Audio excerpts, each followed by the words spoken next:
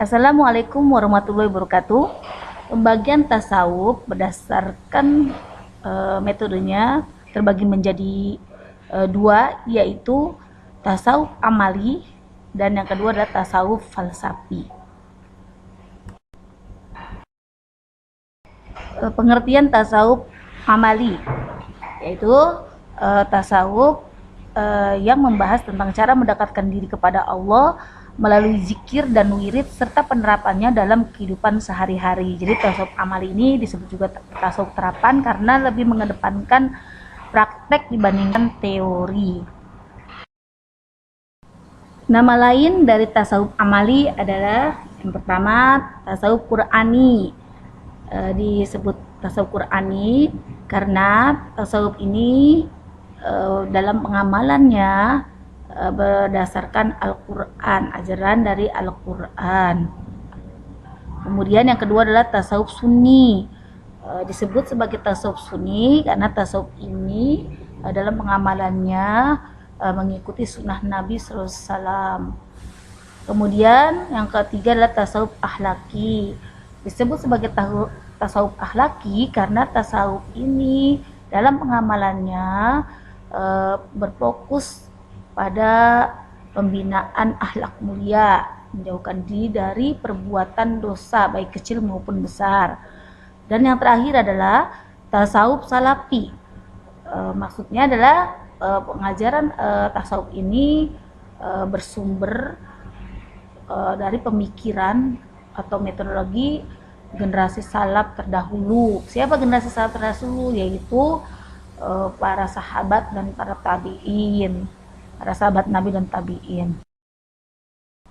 Ruang lingkup tasawuf amali. Yang pertama adalah syariat. Kita sering mendengar kata syariat. Syariat itu adalah aturan ya, aturan kehidupan baik berupa ibadah kepada Allah Subhanahu wa taala maupun ibadah terhadap manusia terhadap manusia ya, maksudnya muamalah, yaitu syariat. Jadi orang yang mempelajari tasawuf harus menguasai syariat terlebih dahulu agar tidak tersesat. Yang kedua adalah tarekat. Apa itu tarekat? Jalan yang ditempuh atau metode yang dilakukan sufi untuk mendekatkan diri kepada Allah Subhanahu wa taala. Jadi metodenya, caranya. Jadi beda tarekat, beda cara, beda zikirnya dan sebagainya. Hakikat. Yang ketiga hakikat. Hakikat di sini adalah ilmu untuk mencari kebenaran sejati mengenai Tuhan. Jadi ini udah levelnya sudah level tinggi ya, hakikat. Hakikat sholat, hakikat puasa. Kalau syariat biasanya itu masih bersifat lahiriah, tapi kalau hakikat sudah menuju batiniah, karena mencari kebenaran Tuhan hakiki ya. Dan yang terakhir adalah makrifat. Nah ini tingkatan paling tinggi ya, pengetahuan mengenai Tuhan melalui hati atau qalbu, ibadah batin. Jadi boleh dibilang biasanya orang-orang yang sudah tingkat makrifah ini memiliki karomah. Kalau Nabi itu mukjizat, kalau kita mungkin bisa karomah, bisa inayah ya. Itu kalau sudah kita mengenal Allah ya, makrifat.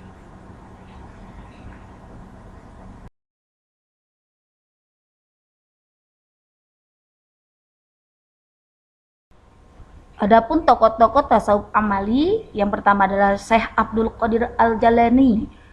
Beliau adalah tokoh besar para sufi ya, sangat terkenal sekali sampai sekarang pun namanya masih sangat harum ya, kita sering mendengar namanya. Kemudian Junaid Al-Baghdadi, beliau juga dijuluki sebagai bapak tasawuf amali ya, atau tasawuf sunni. Dan yang ketiga adalah Rabi'atul Al-Adawiyah. Ini adalah tasawuf sufi wanita yang sangat terkenal. Beliau pencetus metode mahabbah, cinta kepada Allah. Silakan kalian membaca biografi ketiga tokoh tersebut agar kalian mendapatkan ibroh sehingga kalian bisa termotivasi untuk mengikuti ajaran mereka. Ajaran tasawuf amali yang pertama adalah mahabbah, yaitu cinta kepada Allah Subhanahu wa taala, cinta yang mendalam ya. Yang kedua adalah juhud, maksudnya adalah mengosongkan diri dari kesenangan dunia untuk hal ibadah. Yang ketiga mujahadah, melawan kehendak hawa nafsu dan membelenggunya dengan takwa. Jadi sungguh-sungguh melawan hawa nafsu ya, mujahadah itu ya. Tawakal, berserah diri kepada Allah. Kemudian syukur. Syukur ini pengakuan akan nikmat Allah dengan cara tunduk kepada Allah Subhanahu wa taala. Kemudian ridho, menerima musibah yang diberikan Allah dengan senang hati. Dan yang terakhir adalah sidik atau jujur, yaitu kesesuaian antara isi hati dengan apa yang diucapkan. Jadi kalau mau belajar tasawuf harus dibuang tuh sifat munafik ya. Jadi betul-betul ini adalah sifat-sifat atau apa yang ibadah batin yang perlu kita laksanakan untuk mencapai tingkat sufi. Ini dari tasawuf amali. Metode tasawuf amali yang diterapkan adalah yang pertama adalah riyadhah. Riyadhah maksudnya latihan kejiwaan melalui upaya membiasakan diri. Jadi riyadhah itu latihan ya. Misalnya latihan sholat tahajud 2 rakaat 2 rakaat selama sebulan, kemudian bulan berikutnya 4 rakaat dan seterusnya. Yang kedua adalah tafakur. Tafakur artinya proses pembelajaran dari dalam diri manusia melalui aktivitas berpikir yang menggunakan perangkat batinia. Jadi tafakur. Jadi dengan berpikir kita ini siapa? Kita ini tercipta dari apa sehingga kita bersyukur dan timbul rasa cinta kepada Allah Subhanahu wa taala ya. Yang ketiga, tazkiyatun nafs. Maksudnya adalah proses penyucian jiwa manusia. Pensucian diri manusia ada 3 tahapan yang harus dilalui. Di kelas 11 kalian sudah belajar ya, silakan dibuka-buka lagi bukunya. Yang pertama adalah tahalli dan tajalli. Dan yang terakhir adalah zikrullah.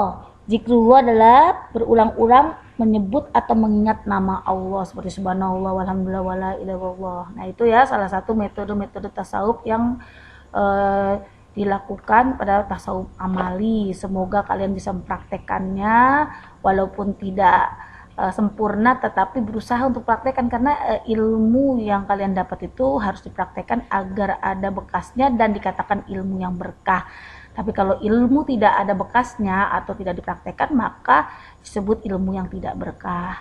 Semoga bermanfaat materi ini.